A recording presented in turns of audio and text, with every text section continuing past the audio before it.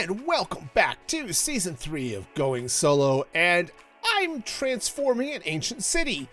And it's been going great, it's been a lot of fun, but it's dark in here. So I think it's time to get some new light sources. And my goal today is to get froglights and shroomlights. I just got back from a quick trip to the Nether because I wanted to pick up some of this. That's right, I got some nylium of the red variety. That's right. I had some of the warp nylium before, but now I have the crimson nylium. And I want to set up a little fungus farm so that I can get all of the fungus I need to be able to make my warped crimson stem farm of doom thing. So let's start on the farm. I've decided I want to put the fungus farm back here behind my bone meal farm. Why? Because it's a bone meal farm and it has bone meal. I want to be able to just connect a hopper up, pipe it over here, and connect it right into the dispenser so that I can get all of the bone meal just fed right in, right? Easy peasy, a little cheaty, but not really. Now, the idea is when you hit an area with bone meal like this, it spreads fungus and plants and other good things in like a 5x5 area. So the idea is I want to have it shift from here over to here, those taking turns as the middle blocks. And every time it shifts, bone meal sprays, and so I'll get red stuff, and I'll get green stuff, and I'll get red stuff, and I'll get green stuff. It'll be fun. So let's get this in, and it's going to be a pretty basic shaky floor setup. So let me get that built, and then we'll talk about it. Well, here it is. It is super basic. I mean, seriously, it is about as basic as you can get. All I need to do, though, is hit this, and boom. There we go. See, we're getting the red stuff, we're getting the green stuff, all that good stuff. I might have to actually maybe delay him a little more. But notice what's not part of this. There's no collection system here. Okay? None. The collection system is me running back and forth and picking up stuff. Okay? That's all there is to it.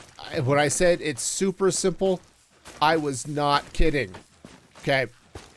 But I did, just because I know I'm going to want to do it, I did set this up so I could just come over here, drop stuff into some composters, and feed bone meal in that way, in addition to having it fed from the farm here. Okay? Nice. So let's go ahead and drop off a couple of things just so I have some inventory space. Right? So I can come in here, I can pick up all the stuff, right? I could drop off the fungus. I could take the roots, I could compost them. Yes, this is all very lovely, very simple, and I should have words, but honestly, I mean, I've got 20-something fungus, so if I let this run for a little bit, this will work, okay? It works, it's simple, just a little lever click, and there it goes. And all I need to do then is fall off of it, because that's important. But then I can just walk through here and pick up what I need. It's great. It's all I need. Now that the fungus farm is done, it's time to, well, show you the mushroom farm. Yeah, this is cool. The Nether mushroom farm is fun. Now, this is really simple. It's not auto harvesting, right? I don't have a TNT duper or anything like that. And it only works on one flavor of fungus at a time. So right now it's set up for warped fungus. And the idea is I step here onto this pressure plate. This dispenser is spitting out bone meal. So all I have to do, there we go, is just pop down these mushrooms, right? The fungus, and off it goes. Okay. Now, if I want to do the red mushrooms, I have to change out these two blocks, this one right here, and this one underneath the scaffolding for the red nylium. That way I can plant the red mushrooms. But it's cool because every time one of these trees grows, all of the pistons go, and it shoves everything out this way. And it pushes out to where the scaffolding is. And yes, I have to harvest it manually, which, okay, not the most fun in the world, but it's a lot easier than plant and then harvest and then plant and then harvest and plant and then harvest, okay? Really simple farm. And what happens here too is when these trees grow, it triggers all this redstone, which triggers, right? You can hear that, right? When this trap door goes, all those pistons fire. Yeah, it goes all the way up and down. It's fabulous, and it just pushes the trees out of the way. So when the next one's ready, it goes. Right? Really simple. Again, this is going to be one of those cases of, yep, not the most efficient in the world because I still have to manually harvest, but good enough for what I need. And that, I think, is a good thing to remember sometimes for farms is it's okay if it's just good enough. The first thing I want to do to make this easier on myself is I'm going to get up on the nether roof. Now, I've set up a portal here. I'm going to go ahead and let's go ahead and get the coordinates. And I've already popped this once before, but you can see in the nether, I want to be at -47 and -68. That's where this is going to link to this portal. But notice I'm up at Y119, okay? Now, if I go through this portal now, it'll put me in the nether in a stupid place that I don't want to be. But if I get up on the nether roof and go to those coordinates, okay, it'll be a little bit higher, but the same XZ coordinates. Yes, I said Z. What is wrong with me today? Anyway, if I go to the same XZ coordinates, it should link up to this portal, and I'll be able to get off the nether roof and pop off right here. So this will be my doorway onto the roof. Now, getting up on the roof is pretty easy. I've got some ladders here. Now, this piece of bedrock is at 127. You can see that up in the corner there with Mini HUD. So all I have to do is I should be able to just ender pearl here as I push up on this ladder. And boom, I am now up on the nether roof, which is great. Now all I need to do in this winter wonderland is make my way to those coordinates I had, which are, what was it, -47, which should be right about here, right, 47, right there, and -68, which should be right there. All right, so now in theory, if I build myself another portal right here, I should end up right at my tree farm. And the portal is lit. Let's see if math has actually worked out today. Oh yes, math is definitely working out and getting those gains. Let's go through on the other side and make sure it's happening on this side as well. Okay, perfect. We now have reliable access to the nether roof, which I'm happy about because it's going to make it a lot easier to get frogs over here, I'll tell you. The next stop is a mangrove swamp. And I've set up this portal here on the roof. And if I go through it, here we are in a mangrove swamp. All right, which is lovely. Now, the astute of you will notice that I have prepared this portal earlier. That's because instead of dropping it nicely in the swamp, it dropped me about 70 blocks down inside a geode, which was great and all, but not where I needed to be. But now that I'm here, it's time to get some frogs.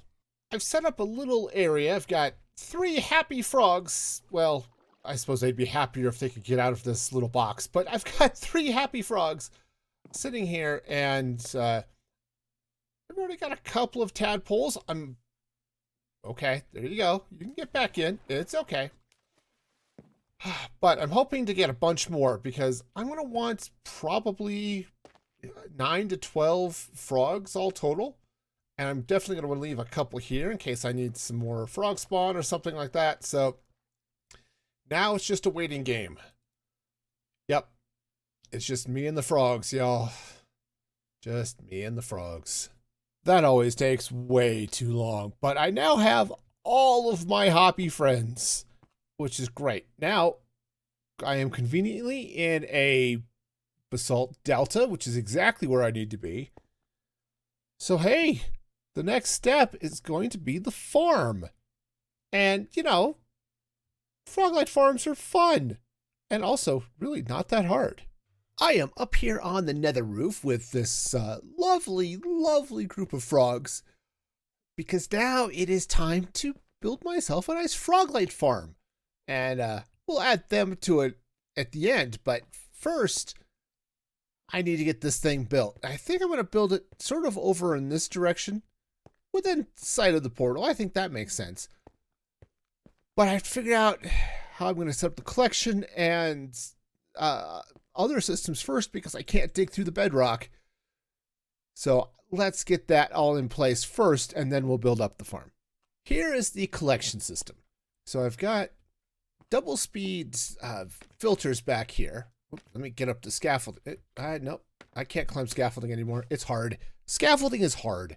Now, so I've got some double speed filters up here, which they're not loaded because I don't have froglights or anything yet. So they're just set to do nothing. And then here, I'm going to be running 2 hopper minecarts. They're just going to run back and forth. Each takes about a half of the platform. And they run over first these hoppers to unload into this chest just as they go by. And then they stop here. Just a regular minecart unloading system. And the minecart will just sit here and just dump into this chest until it's done and then head back. And then the plan is to take a hopper minecart running back and forth across here to then unload everything out of these chests. I'm hoping this will keep up. It should. It should. We'll find out, but I'm fairly confident. Really? Yes. Yeah, I'm sure. I know how this works. Maybe. So these are the spawning areas. I need to clean off the moss off of that step, but it's okay. I also need to get some trapdoors in here. That would be helpful. But the slimes are going to spawn here, and they'll drop down onto this bed of iron. Now, that's great. It won't do anything to the magma blocks. Or magma cubes. They're not slimes. They're magma cubes. Words are hard. But I'm going to need to kill those things off. So I've got a bunch of powdered snow. Powdered snow is going to go all along this layer here, which will be great. And then the frogs are going to be here. So what will happen is all of the magma cubes that are bigger than the teeniest ones will freeze in the snow. And the teeny tiny ones, the frogs will eat to generate the froglights and stuff. So let me get some trapdoors, I think, get those in place. And then it's time to bring up the frogs. And there it is. The farm is done. Yeah, look at all those happy magma cubes going. Now, I'm way up there. You can't see me. I'm in free cam up at an AFK spot where you can see all of these happy magma cubes dropping in. And they drop in down here. Remember? And I said that they're going to freeze and the frogs will eat all of the little bits, right? Which is awesome. And then, right, all the froglights get picked up by the minecarts and then get fed into the storage system down here. So yeah, that's the thing. Now, I think I might have to do a little bit of work. I'm a little bit concerned that the iron golem might be taking some damage. So I need to probably get in there and drop a couple more fence posts in or something cool like that. Otherwise, I think we're in really good shape here. Well, I let the farm run for about 5 minutes and ended up with something like 386-ish drops, okay? That seems fair. And that ends up being about 7,700 drops per hour. So, yeah, hey, just 5 minutes and get a stack and a half, almost 2 stacks of froglights and stuff. I could live with that. Also, I was a little bit worried about this all keeping up. No, it's definitely keeping up. I was not having any sort of issues with backlogs of items. So I think this farm is done. And that is going to do it for me today. Hey, we've made a lot of progress and a couple of great farms. So I am thrilled. We're going to have so much light for the city.